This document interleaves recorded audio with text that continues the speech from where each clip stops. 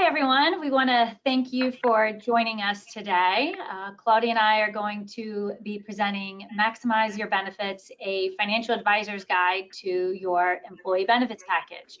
We tend to offer these types of webinars regularly through the year, and as we're getting ready for open enrollment season with a lot of employers, we thought this would be a great and timely topic for us to talk about. So if we want to start, we're just going to kind of show you a quick page on all of our disclosures that we're required to have, and we can kind of go right into the next one.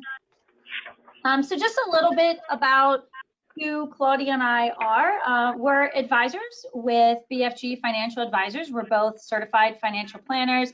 I am the president and chief operating officer here, and Claudia is the chair of our investment committee and one of our lead advisors as well. A little bit about BFG. We promote a lot of education, a lot of financial literacy, because we feel that that's a very important topic for everybody at all stages of life. So when we look at our mission and vision statement, we have this transition of financial literacy to financial planning to financial freedom. We have a ton of resources, whether it's webinars, podcasts, books, through BFGFA. We also have it through our bfguniversity.com that we'll come back to at the very end. But we do think that these types of programs are important for everybody because there's a lot of information that are part of your employee benefits that tend to get overlooked, and there's some opportunities there for a lot of individuals to take advantage of. So we want to be able to educate you in some of the things that you should possibly consider in your benefit program, as well as possibly offer to your employees if you're an employer listening to this topic as well. So where we're going to start is, this is just going to kind of be a little bit of an overview of the areas that we're going to cover. And Claudia and I are just going to kind of go back and forth on some of these options. There is a chat area for you to where if there's a topic that you want some more information on and you have some questions, we'll be providing some opportunity at the end of the presentation to answer those questions. So please use the chat section. Sarah is behind the scenes helping us take in all those questions, and she'll pop in at the end so that we can answer all of them for you. So definitely don't be shy. But some of the common benefits that you may see out there or that you'd like to request from your employer. Financial is obviously the biggest and most popular one, whether it's various retirement plans, student loan assistance, employee assistance programs, the insurance side, and then of course financial wellness programs that we'll talk about. There's the career benefits that your employer could offer you, whether it's through promotions, educational assistance, additional education with registration, etc. Then there's some of the personal benefits. That is what helps us with our work-life balance, whether it's just different paid time off options, wellness programs, overall family benefits. And then you start to see some miscellaneous benefits, volunteer days, gym membership, retreats, travel. And so this is going to be kind of the overview on how we're going to cover some of these items today. So if you don't get a chance to listen to everything and you want to come back to it, you kind of see the order and how we're doing things in the areas that we're going to be covering. So Claudia gets to go with, I think, one of the more popular options, one of the areas that a lot of people tend to have questions on when they're starting with a new employer, has to do with all the financial benefits. So Claudia, take it away. All right, great. Thanks, Lena. Yeah, as you mentioned, these are really the most popular benefits, and I think where we get at first the most number of questions. Financial benefits, I think, like we showed it on the first slide, I do like how it's kind of like that pyramid. So we start with the financials at the bottom, which really is the foundation, and then kind of work your way up to the more fun stuff and the perks. So starting with the financial benefits, they can, be separated into what we're looking at here, kind of three categories. So defined contribution plans, which are over on the left, the 401ks and the 403bs, defined benefit plans such as pensions, which most folks are familiar with, and then some stock and some equity benefits. But looking at the defined contribution plans first, so these are the plans in which employees or employers can make regular contributions into the plan. The benefit of the plan is really dependent on the contributions over time with the plan and on the investment growth. So most people we talk to are familiar with the 401k plans. The 401k is an investment account where employees can contribute a portion of their paycheck to the account. And in some cases, the companies will match their contributions up to a certain percentage or a certain dollar amount. We've seen some changes recently within 401k plans. It used to be that only pre-tax contributions could be made, meaning that an employee could reduce their current taxable income by making contributions to the plan. The contributions are then invested, allowed to grow tax deferred, and when the employee takes the distributions in retirement, the income is taxable. This used to be an attractive option for employees because we used to see people move into a lower tax bracket in retirement, so this made a lot of sense. But we've seen in recent years that people are investing in 401ks for a lot longer, the investments are growing longer, and the accounts tend to be pretty significant, so they don't necessarily drop in tax bracket when they retire. So tax diversification is becoming more important. We are now seeing employers offering Roth 401k options. And through Secure Act 2.0, the employer can also make matches into the Roth option. So this means that investors, employees are paying taxes on the money up front, but the money still grows tax deferred. But when it comes out later in retirement, they don't have to pay taxes on the amount again. So it's becoming, much more important to understand how plans are structured and the various options, because some early planning could really lead, to some great tax benefits down the road. 401k plans, they can also have employer contributions. We talked about a match, but some of them do profit sharing contributions.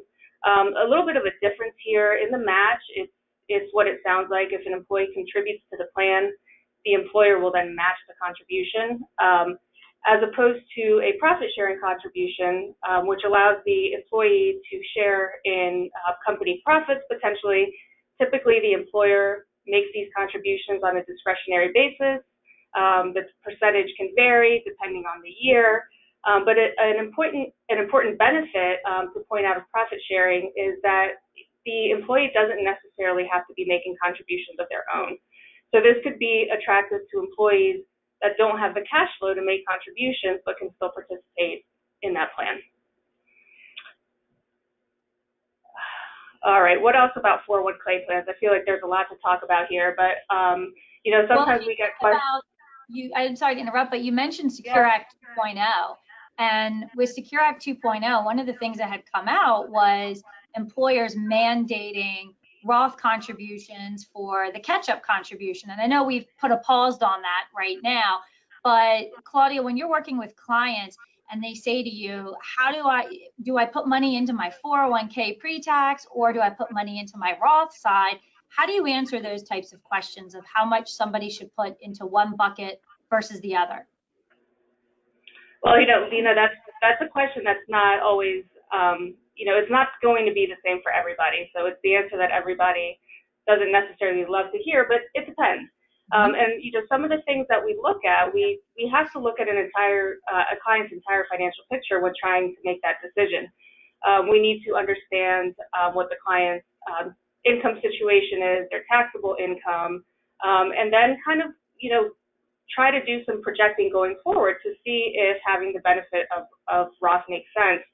It's going to be a balance between, what we get today versus what we can get in the future. So, ideally, we're paying taxes when the tax rate is the lowest, which isn't always an easy thing to determine, but we do our best to try to balance that out with clients and really see, do they need the tax benefit today, and if they have the cash flow and the ability to pay taxes and not have to pay that down the road, we'll try to make that decision. But it really will depend on each individual. I think we're going to get that question a lot as employers start to have those options. and start to communicate to employees about it, I think we'll get the question more and more. Yeah, I think, you started out by saying, it really depends on somebody's financial plan. And I think that's crucial. I think a lot of the decisions that people are making with all of these benefits, but specifically a 401k, comes down to their financial plan, even, which we don't have it on this slide, but something you and I talk about often is beneficiaries. You have this plan, but what's the importance of having a beneficiary on my 401k? Won't it automatically go to my spouse? Well, again, it will in some cases, but you need to name a beneficiary, because if it's not, it could go through probate and end up, where you don't want it to be. But there are also rules that are changing around beneficiaries and who receives not only 401ks, but also IRAs, which becomes extremely important to think about who we're leaving those assets to. So, for example, it used to be that anybody who inherited a retirement account, or an IRA account could stretch payments from those accounts throughout their lifetime.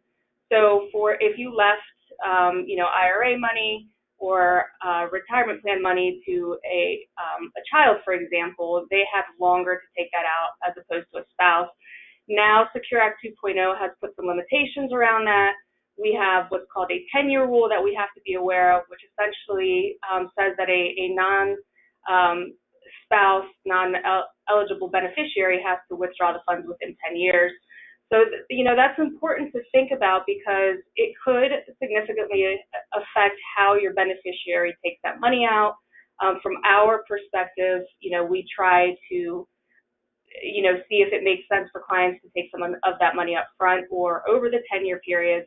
And in some instances, if you were already taking required distributions later in life, those may have to continue. So things have gotten a lot more complicated than they used to be in terms of beneficiaries. So I would say now more than ever, it's important to double check to make sure somebody is listed and that it's in line with your plans. Yeah, no, I couldn't agree more. Tell me about the employee stock and equity plans. So stock and equity plans are another way for employees to participate really in ownership of the company. So this is a great way to get employees excited about the growth for the company. There are a couple different plans listed here. They're all slightly different. The first one is the employee stock ownership plan, which allows employees to get ownership of the company, essentially, through years of service. The employer can grant shares of stock. It typically vests over a number of years. It tends to benefit employees that have been loyal to a company and have helped with the growth of a company. Then we have two other options down there, employee stock purchase plans. Some companies offer these options, which allow employees to use their own income to purchase stock of a company at a discount. So we typically see, where employees can purchase stock at 85% of potentially the value of the company. So it's a nice discount and a good way for the employees to be able to get some shares and participate in that growth that way. And then finally, we have restricted stock units, which are usually given as part of a compensation package. So restricted stock units, again, vest over time. They are part of compensation, and when they vest, they are taxable as income.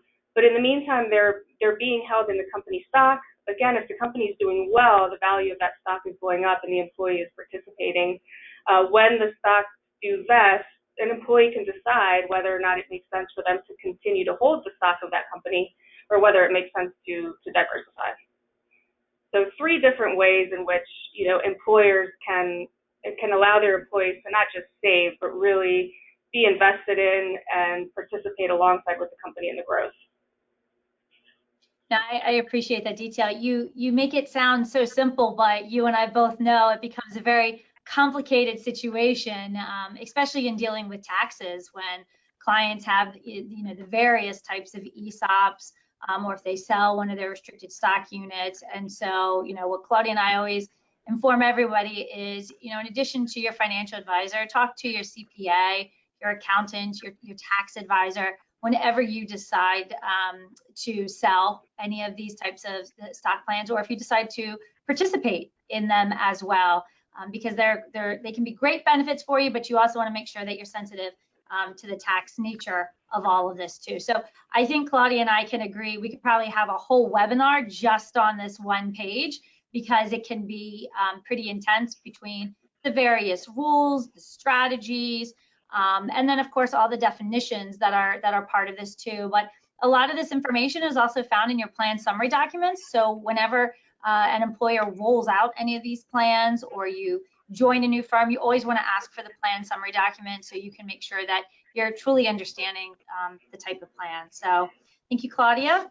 We're going to take a transition now over onto some different types of financial benefits, which tend to deal with more of the insurance side. So on the insurance side, a lot of people traditionally just go right to the health insurance. Are you paying for my health insurance? Do you have health insurance options? And so that's traditionally your medical, dental, and vision program. And then, of course, with any selection, you're looking to see, well, am I signing up for just myself? If I have a partner, am I signing up my partner? And of course, if I have children, do I sign them up as well? So whenever you're making that decision, if your partner is also employed and also has benefits, you can compare and contrast the differences between co-insurance and co-pays and deductibles. For some employers, they'll actually incentivize you to not bring your partner onto the plan because your partner traditionally has some benefits offered through their employer as well. But medical, dental, vision, obviously those are the big insurance options. But then you have these two other types of accounts called a flexible spending account and a health savings account. If we talked about this a few years ago, people were just starting to learn what a health savings account was. And they thought that that was the one that I have to spend every year, so I don't want to use it because I don't want to lose any of that money. Well, that's actually the flexible spending account, which is called an FSA, otherwise known as use it or lose it. These are traditionally used for individuals where you're budgeting your dollars for that year. So as an example, if my daughter is getting braces, I know that I'm going to have a significant expense in 2025. I may want to put some money into a flexible spending account to be able to prepare for that expense. The benefit of that account is the dollars I put in there up to a federal limit is pre-tax. So if I am planning on spending that money anyway for her braces, I am now doing it in a more tax favorable way. All right. If in the end she has perfect teeth and I don't have to get her braces, well, I better find a way to use that money. Otherwise, I lose it. I have to be able to spend that money on some type of health related item or daycare, dependent care expense.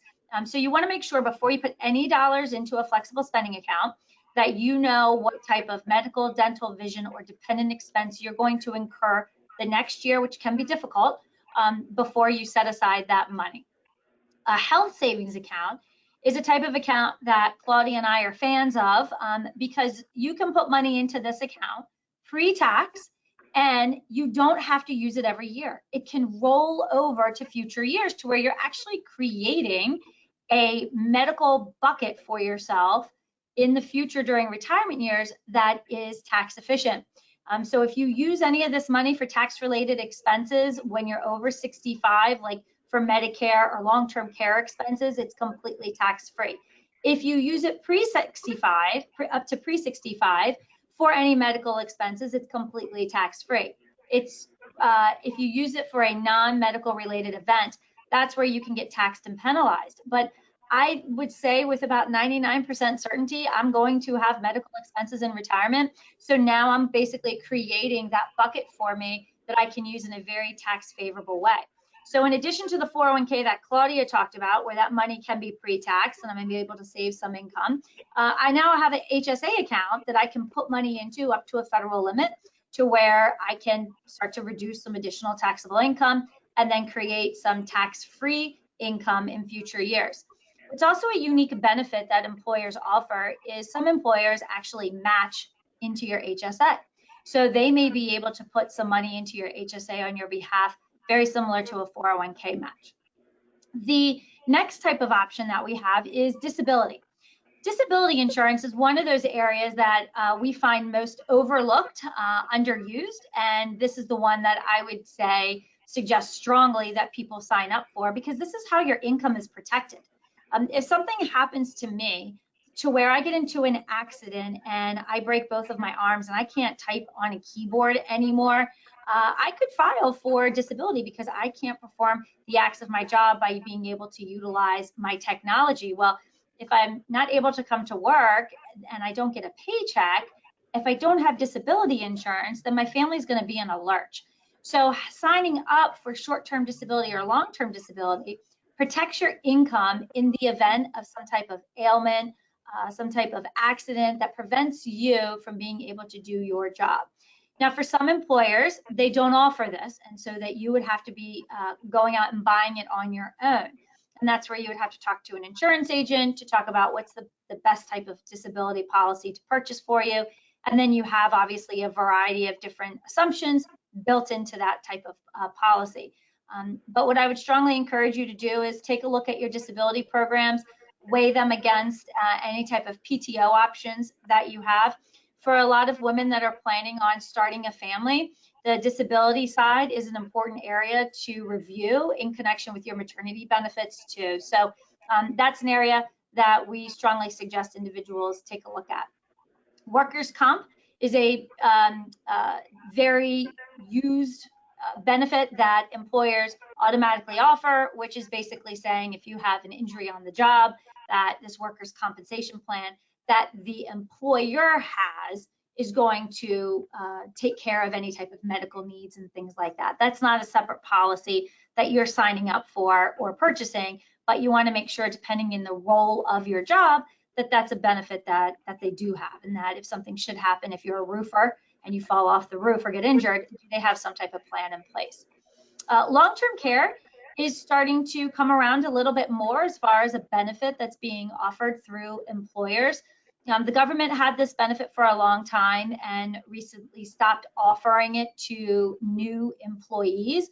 But through a group long-term care benefit side, you're able to select a long-term care policy, which is traditionally something used for assisted living, adult daycare, nursing home expenses, and you get it at a reduced cost because you're going through limited underwriting. But the challenge that you have with group long-term care policies is that the premiums tend to inflate at a greater rate. They're not a level premium. So what we always encourage individuals to do, if they have a long-term care benefit through work and they need long-term care insurance, that they compare and contrast the differences between purchasing a policy on your own versus what your employer is going to offer. Some employers also don't extend this to the partner, so it may be just a benefit for you. And if this is something you do have, you want to make sure when you retire that you can take that policy with you, so that you don't lose that policy just because you retired or you're no longer with the employer.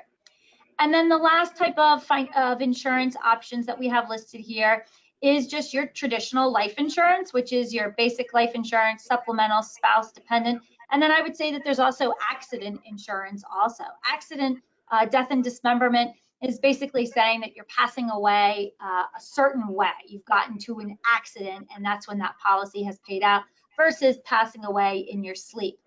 So basic life insurance is traditionally term insurance offered through your employer. And sometimes you'll see it listed as 1 times your salary or 2 times your salary. And that type of insurance, the employer traditionally pays for that insurance. If you want to have more life insurance, that's where you're purchasing supplemental. So if my employer offers me 2 times my salary, but after going through my financial plan to make sure that my family is taken care of in the event I'm no longer here, I need 5 times my income, then I'm going to purchase the supplemental insurance policy. The disadvantage in purchasing life insurance through your employer is the rates do go up every year, versus if you purchased a policy outside of your group plan, you have the higher likelihood that the premiums won't increase each year. And there's pros and cons to both sides, but I would just be cautious of the amount of life insurance that you select through your employer, because if you select a high amount and you're used to making sure that you have that protection in place, and 5 years later you lose your job, you decide to take on another opportunity, Well, you're 5 years older. You may have had a health concern that happened during those 5 years, and so you then have to go to a new employer. And if you don't get underwritten, because in some of the supplemental plans you have to fill out a health questionnaire, you may no longer get that insurance that you were used to having, which is why it sometimes makes sense to purchase the additional life insurance outside of the employer plan. And that coincides with the spouse and the dependent insurance too. For some employers, they allow you to purchase insurance for your spouse or your dependents, which are traditionally the children, but it's very minimal amounts. Spouses are usually $25,000 to $50,000, and dependents are usually $10,000 to $25,000. Very minimal amounts. So if you did have a need for life insurance for your partner or a dependent, again, it probably makes sense to purchase the insurance outside of work.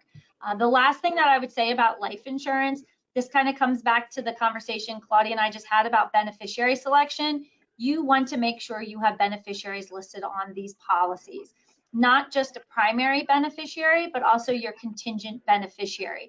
We see all too often that people don't have anybody listed, or they have the wrong people listed, and it just holds everything up. And so when you're dealing with the loss of somebody and then you have to go through the paperwork nightmare, having a beneficiary in place just fixes so many things.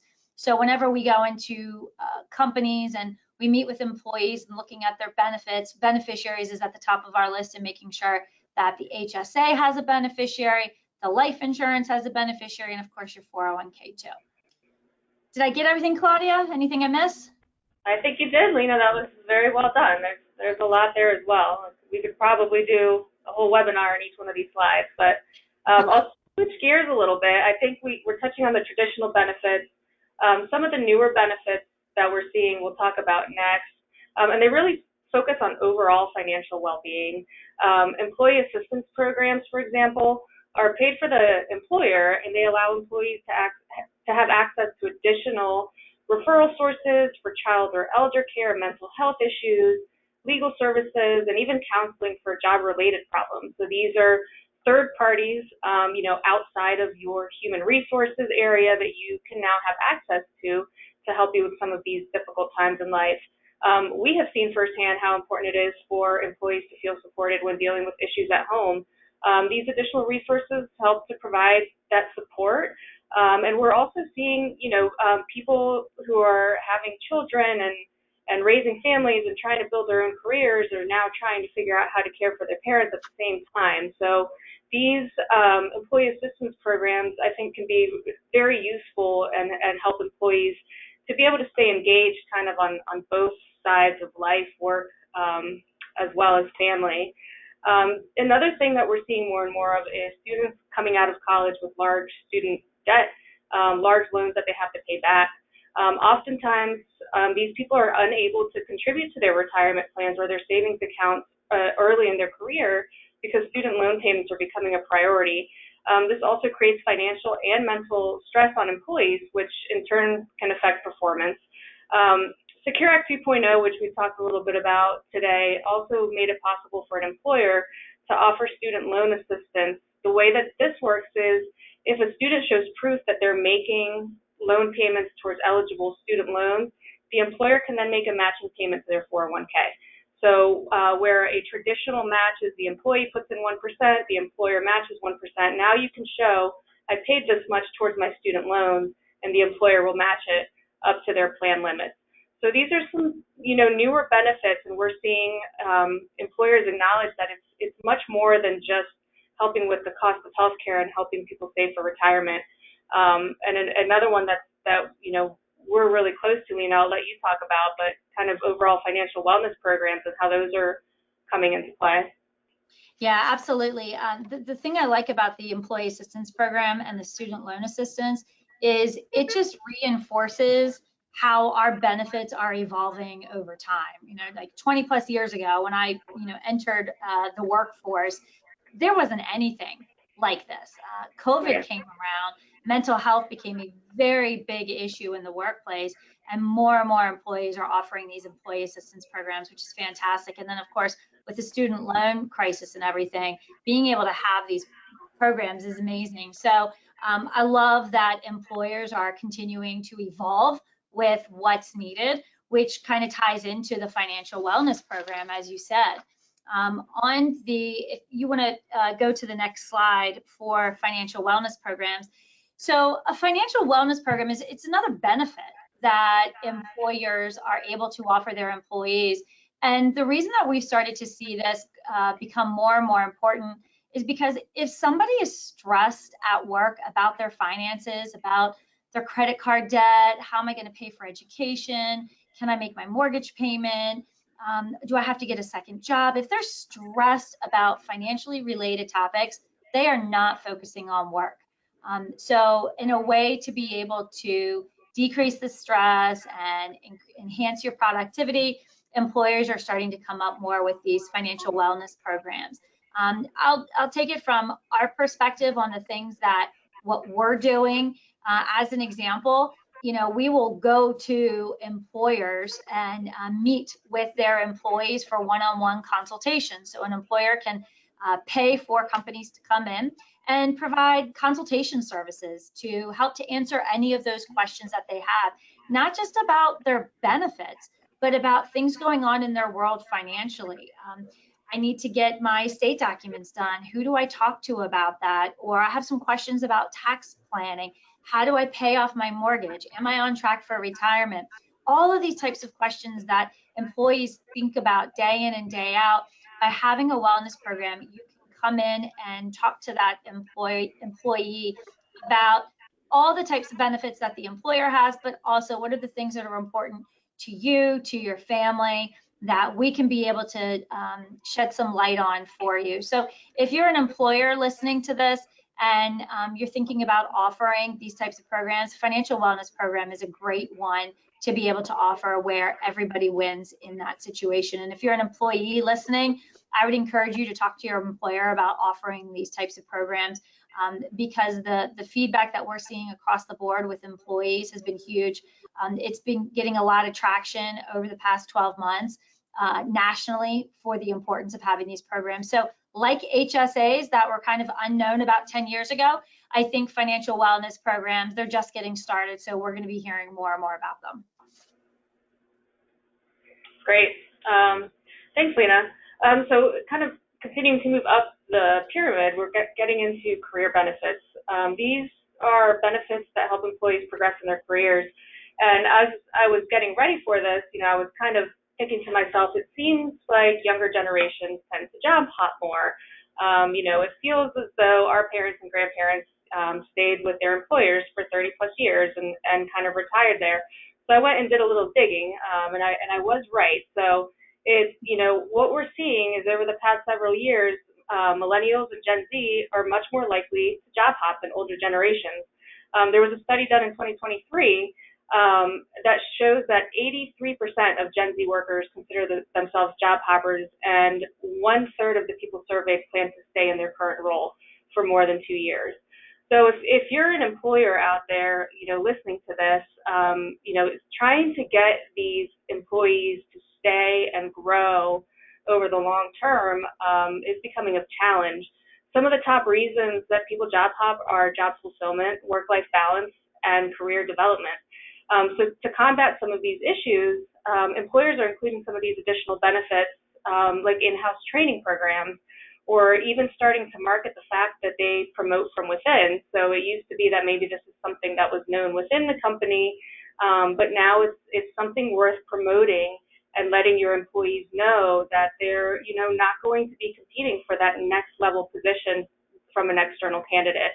So that can absolutely help with employee motivation and job fulfillment. We're also seeing more employers supporting and paying for employees to get professional registrations and designations in their field, and even encouraging and or paying for memberships to various professional organizations. It's one of the things that we pride ourselves in here at BFG. I think we're up to 10 CFPs in the office now and multiple other designations. And we just feel that when employees feel supported and encouraged to enhance their skills and education, they're more likely to be fulfilled. Educational assistance programs are also out there. This is where employees help pay for additional college education or a graduate degree. Typically they do require an employee to stay with the company for a specified period of time after completion. Otherwise, the employee has to pay it back. And then the last one here hones in on work-life balance, which it was forced upon many people during the COVID pandemic.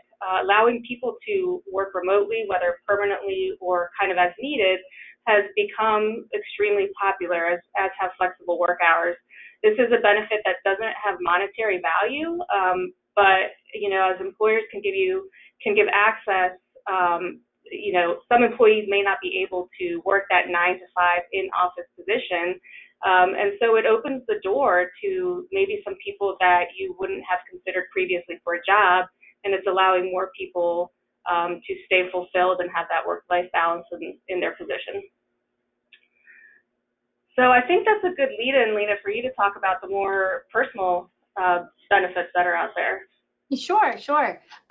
These are what I would say kind of all the, non-traditional benefits that are out there, but they're becoming more and more traditional because for those individuals that you said are job hoppers, they're going through that comparison of what does the employer offer me? When you think about that family benefits, there's parental leave for childbirth or adoption, and childbirth, there's parental leave for both parents now. It's not just the mom, it's also for the father. So that's been a significant change over these past few years. Child care assistance or on-site daycare has become a more popular option, kind of ties into the work-life balance on working remotely or working from home. But you can also leverage whether it's your health savings account or your flexible savings account for some of those child care programs as well. Wellness programs, again, becoming more and more popular, especially like gym memberships. That's something that whether you're getting reimbursed to join a particular gym or a subscription service, I know with some employers, they actually pay towards your running shoes to make sure that you have the proper equipment. There's various wellness challenges, and then of course mental health services too. So some of these things are just becoming more and more popular. Smoking programs to help you stop smoking. There's weight loss programs as well, and the reason that employers are offering these plans is because of the amount of days off people are taking for being sick. They want to try to get them healthy. So it's more cost effective for the employer to offer a wellness program than to keep offering the sick days and everything too. So looking more at different types of wellness programs, I think probably in the future we're going to see more things centered around nutrition as well is going to be a big area. Paid time off, Claudia talked about that, whether it's, like working remotely. I think a big item on this that we've seen since COVID has been in the terminology unlimited PTO. So with unlimited PTO, which has become more popular, there is no set days between sick days, vacation days. I've been here for 3 years, so I get 1 week for every year. It's just a flat unlimited PTO that people use responsively. So on some of the paid time off, the employers could have various vacation days or holidays and personal days if they don't have that PTO policy. And then, of course, the traditional bereavement, jury duty, and military leave. For some of us out there, we think that these are kind of common and that every employer should have these, but they don't. And so if something's important to you that you want to have in your employment, then you want to make sure and looking through the benefits before you select, yes, I want to accept this job, take a look at what they're going to be offering you. And then, of course, there's all the miscellaneous perks. Is there any type of employee or corporate discounts? I had done a webinar surrounded more focusing to the employer, and there's discounts that don't cost the employer anything, but that can save a lot of money for the employees. An example is, I'll use for us, our phone service is through Verizon. Well, through Verizon, we can extend a discount to the employees on their mobile service or their accessories. It doesn't cost us anything, but we are extending that service. We have a company DoorDash account that the team can utilize to be able to get free delivery for DoorDash, regardless of where they are. Those are discounts that don't cost us anything, but mean a lot to the employees. You're seeing everywhere when you go to companies, the kitchens, which is where everybody's gathering for coffee and snacks and things like that. So making sure that it's a welcoming event and a welcoming area, and also that there's opportunities to maybe have some of those healthier snacks so that the team isn't running out and they're getting re-energized. Having a small budget for things like that, I think, are huge. Whether there's company events for team gatherings, retreats, off-site, can always be a healthy event for the culture. Travel opportunities for conferences. Claudia talked about professional designations and education. Maybe part of that is going to different conferences and to be able to assist in the traveling. That's a huge benefit for a lot of younger employees as well. Volunteer days off. So if you do have a policy where you do have specific PTO days, to be able to say that if I'm volunteering for Habitat for Humanity, I don't have to use my PTA, my PTO day. There's also pet-friendly policies that allow you to bring your dog into the office during certain times. So there's a ton of different benefits that are out there that are your kind of your non-traditional benefits. These are just a selection of them, but I would encourage you to just go online, look at what all those benefits could be. And if you're a decision maker in your firm, those may be something that are pretty important to your employees. I know we try and ask our employees at least annually, is there anything else that we can offer you that kind of doesn't necessarily mean that you're going to stay with us, but while you're here, it makes it enjoyable more, right? When you're thinking about work-life balance, I don't want Claudia to be stressed about something that I could be easily able to fix through a benefit. And that's what some of these things, are. So I'll close it with that in just kind of talking about this. As you know, there's a ton of different benefits that are available. It is open enrollment season. So this is the time where you should not just check the box and say, I'm going to carry over everything that I currently have. Really take a look at what your employer is offering. They tend to change every year. So you want to see what's out there. We like to request all the benefit booklets to see if there's something that an employer has available that they haven't selected.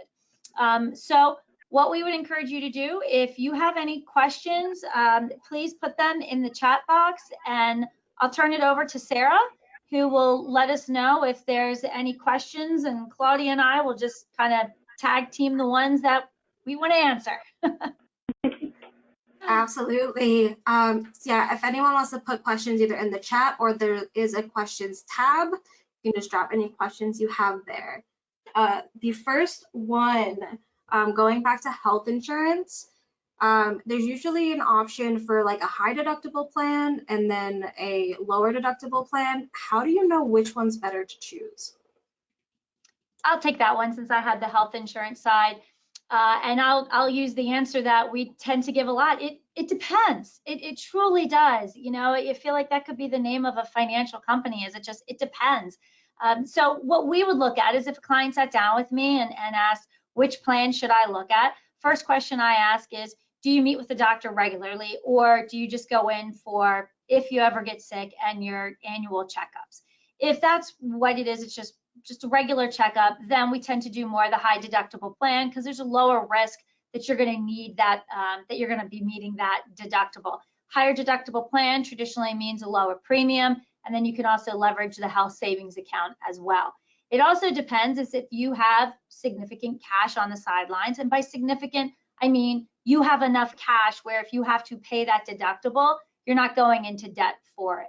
So those are kind of the two main areas that we look at when trying to answer that question. But benefits is never a one size fits all. What works for me does not necessarily work for Claudia, and vice versa.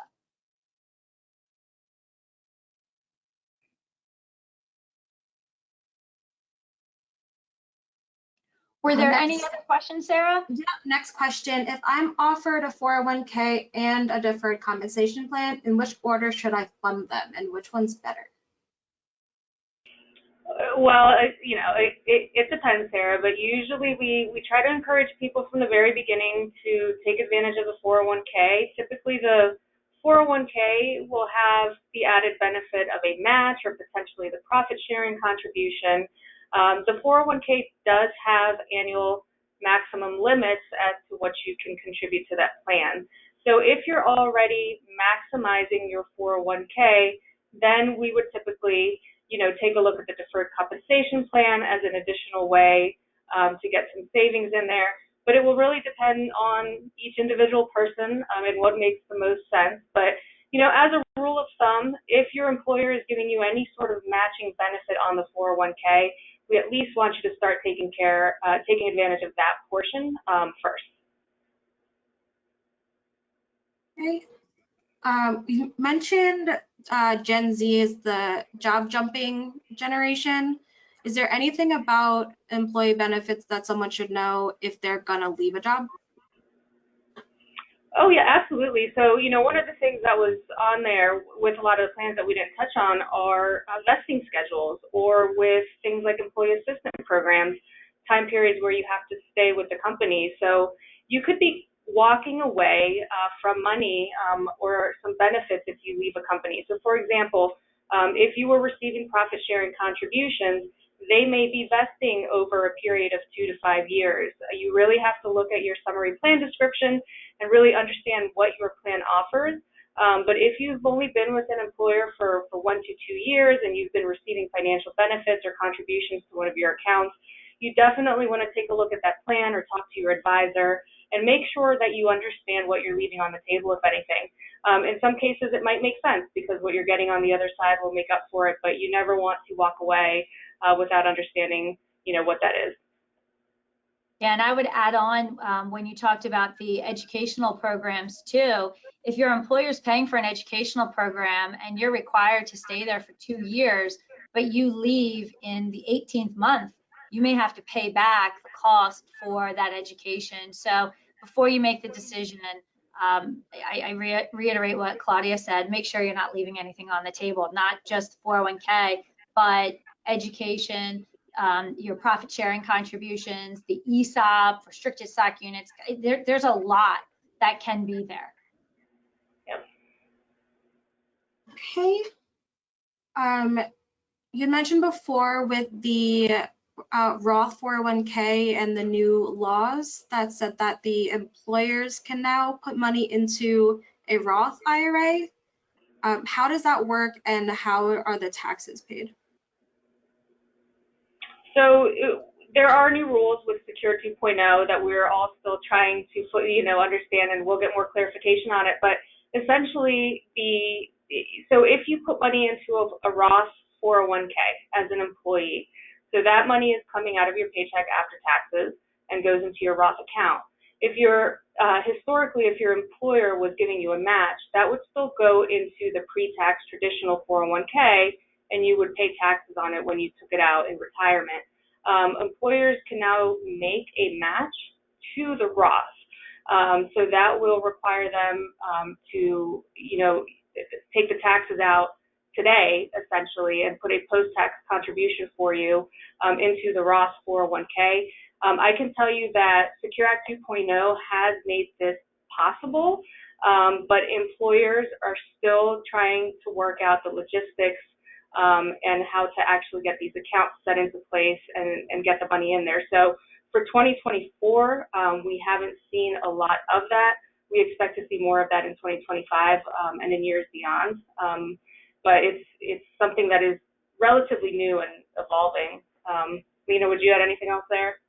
Yeah, I think you summed it up right there, that it's constantly evolving. They put the rules out and then they realized that employers couldn't implement this in the way that they wanted to, so then they kind of put a temporary pause on some of the rules. Last week we got clarification on other rules regarding inherited IRAs and beneficiary designations. So it feels like Secure 2.0, Secure Act 2.0, it's going to evolve probably into Secure Act 3.0 once we get everything finalized. So right now employers are not mandated to put that match into a Roth plan, but it follows the same tax rules as your contributions as well, in that money will grow tax-free for you, which is a good thing. But it can impact a lot of individuals who are trying to save pre-tax because they were trying to reduce their taxable income, and a portion of Secure Act 2.0 is basically mandating the employee to put some of the contributions into the Roth piece. So there was an employer piece, there was an employee piece. everybody got confused, so they just paused it for now. But it is something that's on the radar that, we definitely have been following closely. And if we had to do a webinar on Secure Act 2.0, that's probably like a 5-hour webinar. So, because there's a lot of moving parts. If I wanted to have my employer add some of these benefits, how do you recommend I go about talking to them? I'll answer that question. So I'd say a couple things, depending on the size of the organization, there's usually a point person as it relates to the benefits coordinator or HR, and passing along a webinar like this helps, passing along different resources of different types of ideas. If you have any type of team lead that you talk to about these types of things, you could let them know that you heard about these benefits or you want to explore it. Hopefully your employer has a very healthy open door policy. They have a lot of transparencies to talk about the company culture and what some of these benefits could be.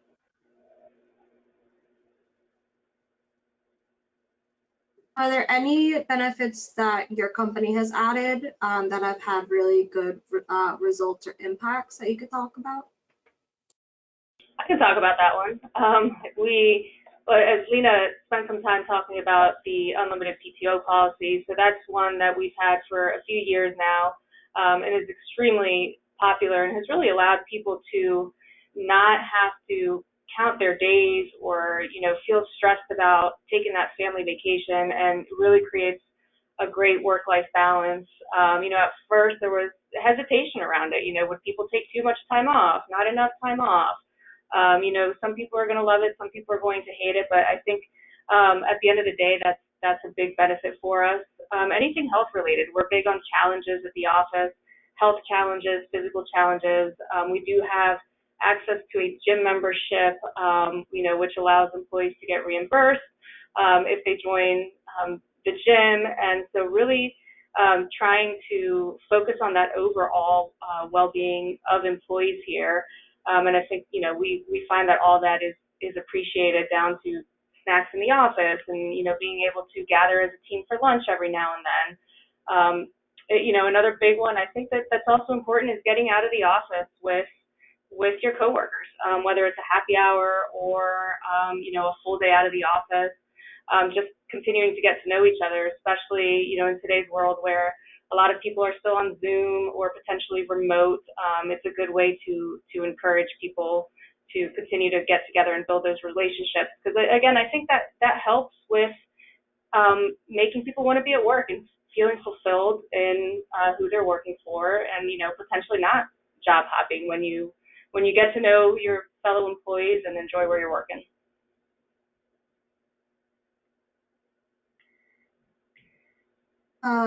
Do you want to talk a little bit about the QR code and let some people, if there's any last minute questions, y'all can drop them in the questions tab or in the chat. Lena? Oh, sure.